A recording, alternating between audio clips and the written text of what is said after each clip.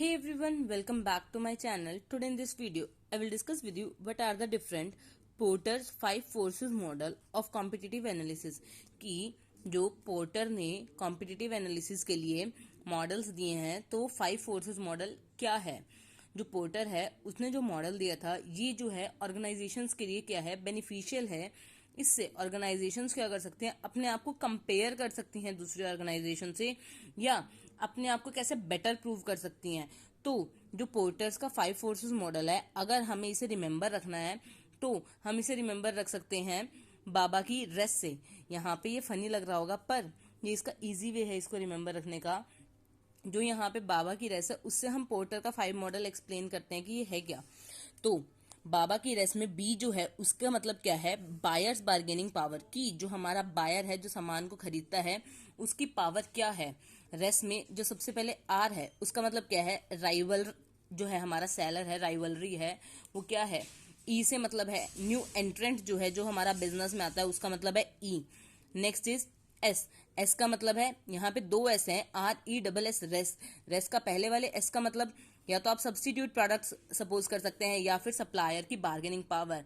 यानी ये बाबा की रेस का मतलब क्या है कि जो 5 पोर्टर मॉडल है पोर्टर का उसमें क्या क्या एक्सप्लेन किया गया है कि परचेजर की बाइंग पावर कैसी है। आर से यानी आपका राइवलरी कौन है, राइवलरी सेलर की स्ट्रैटेजीज क्या क्या है। ई का मतलब है न्यू एंट्रेंट कौन है बिजनेस में।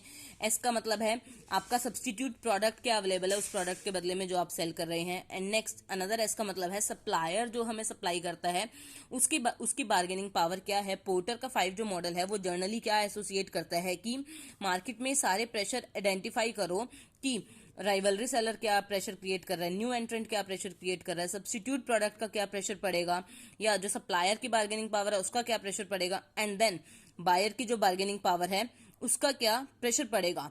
इसके लिए हमें क्या करना पड़ता है, पहले तो प्रेशर चेक करने पड़ते हैं कि हमारे ऊपर कौन सा प्रेशर है, यानी एक ऑर्गेनाइजेशन के ऊपर क्या प्रेशर है। उसके बाद कि वो प्रेशर का लेवल कितना स्ट्रांग है, मॉडरेट टू नॉर्मल है या वीक प्रेशर है। उसके बेसिस पे हम क्या करते हैं, देन आगे अपना डिसीजन ऑर्गेनाइजेशन लेती है। जो पोर्टर का 5 मॉडल है ये इफेक्टिव मॉडल है। ये क्या करता है, एक्सेस करने में हेल्प करता है, कॉम्पिटिटिव इन्वायरमेंट को चेक करने में हेल्प करता है, इंडस्ट्री का स्ट्रक्चर कैसा है वो चेक करने में हेल्प करता है। तो यहाँ पे हमने किया था बायर बाबा की रेस, यानी buyer, rivalry, entrant, substitute product and last one is जो हमारा लास्ट वन था वो क्या था, सप्लायर की बार्गेनिंग पावर। तो इसमें हम क्या कर रहे हैं, ई वाला डिस्कस करते हैं सबसे पहले कि एंट्रेंट के आने पे क्या थ्रेट हो सकता है। एंट्रेंट कौन होता है, यानी जो कॉम्पिटिटर होता है वो जब हमारे बिजनेस में आता है तो उसकी वजह से क्या क्या थ्रेट हो सकते हैं। जब नया एंट्रेंट आता है तो कंपनी उसे रोक सकती है, कंपनी उसके लिए रोकने के लिए कुछ बैरियर्स लगाती है। तो जो बैरियर्स होते हैं वो क्या करते हैं, उसकी ग्रोथ को स्लो कर देते हैं। यानी जो एंट्रेंट आने वाला रहता है जिसे हम अपना कॉम्पिटिटर भी बोलते हैं, नया एंट्रेंट जो आ रहा है उसको हम कैसे रोक सकते हैं। उसके लिए बैरियर्स क्या क्या होंगे, कैपिटल की requirement, economies of scale, product का differentiation, switching cost, brand identity and access to distribution channel and possibility of aggressive relation by existing players. कि जो कॉम्पिटिटर आएगा, न्यू एंट्रेंट आएगा, अगर एक कंपनी क्या कर देती है, लार्ज अमाउंट ऑफ कैपिटल किसी इंडस्ट्री में रिक्वायरमेंट होगी तो उसमें एंट्रेंट्स के आने की कैपेसिटी क्या होगी, कम होगी। जैसे फार्मास्यूटिकल इंडस्ट्री है उसमें जो बिजनेस एस्टेब्लिश होता है बहुत लार्ज स्केल पे एस्टेब्लिश होता है, तो उसमें नए एंट्रेंट के आने की पावर क्या होती है, बहुत कम होती है। तो यहां से हम नए एंट्रेंट को रोक सकते हैं।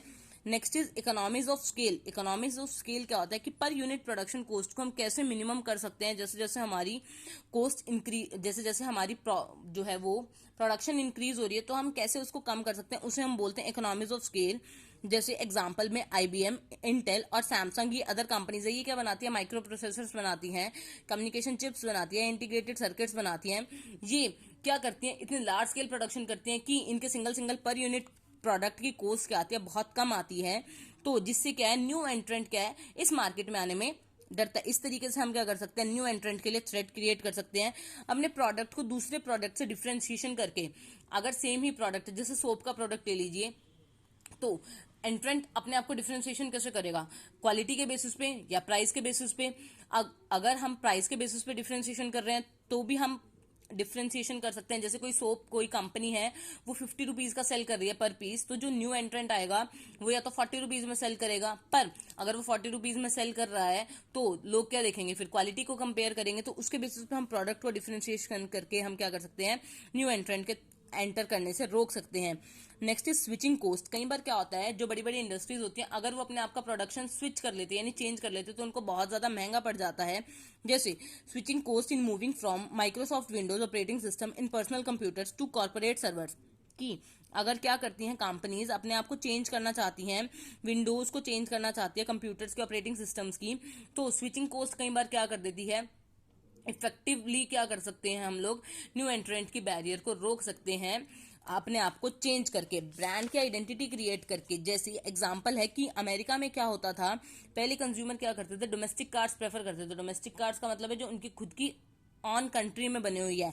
इसके लिए क्या किया था, होंडा, टोयोटा और निसान ने 1970s के टाइम में क्या किया था, ये तीनों कंपनीज जापानीज मेड कंपनी है, इन्होंने बहुत ज्यादा प्रमोशनल एक्टिविटीज करी और डेवलपमेंट की अपने प्रोडक्ट की, ताकि लोग इनकी बनाई हुई कार्स भी परचेज कर सके। इस तरीके से हम थ्रेट क्रिएट कर सकते हैं न्यू एंट्रेंट के लिए। Distribution channel, access to distribution channel. अगर हमें पता चल जाता है कि डिस्ट्रीब्यूशन चैनल क्या है, न्यू एंट्रेंट के पास क्या है, अगर हमारा डिस्ट्रीब्यूशन चैनल बहुत अच्छा होगा, हमारे जो कंज्यूमर्स हैं या हमारे होलसेलर हैं, रिटेलर्स हैं, वो जो है बहुत ज्यादा स्पेसिफिक है हमारे प्रोडक्ट के लिए, तो हम क्या कर सकते हैं, नए एंट्रेंट के लिए खतरा बन सकते हैं, न्यू एंट्रेंट को आने नहीं दे सकते। पॉसिबिलिटी ऑफ एग्रेसिव रिटेलिएशन, की कई बार क्या होते हैं, एग्रेसिव रिलेटेशन क्रिएट कर देते हैं हम, यानी यूजर के माइंड में थ्रेट ऑपरेट कर देते हैं कि अगर वो इसमें एंटर करेगा तो एडवर्टीज अपनी इंक्रीज करके हम अपना एडवर्टीजमेंट बजट इंक्रीज कर देते हैं, या फिर क्या कर देते हैं, अपने प्रोडक्ट की प्राइसेस में फ्लक्चुएशन कर देते हैं, जिसकी वजह से क्या लगता है हमें कि न्यू एंट्रेंट को आने में थ्रेट होगा। ये अभी इसका एक ही पोर्शन है जो क्या था, थ्रेट ऑफ न्यू एंट्रेंट। इसके रिमेनिंग के जो वीडियोज होंगे उनका लिंक डिस्क्रिप्शन में मैं आपको दे दूंगी, आप वहां से चेक कर सकते हैं। अगर आपको इससे रिलेटेड कुछ डाउट है तो आप मुझे कमेंट सेक्शन के थ्रू पूछ सकते हैं। Stay tuned for more videos and thank you for watching this.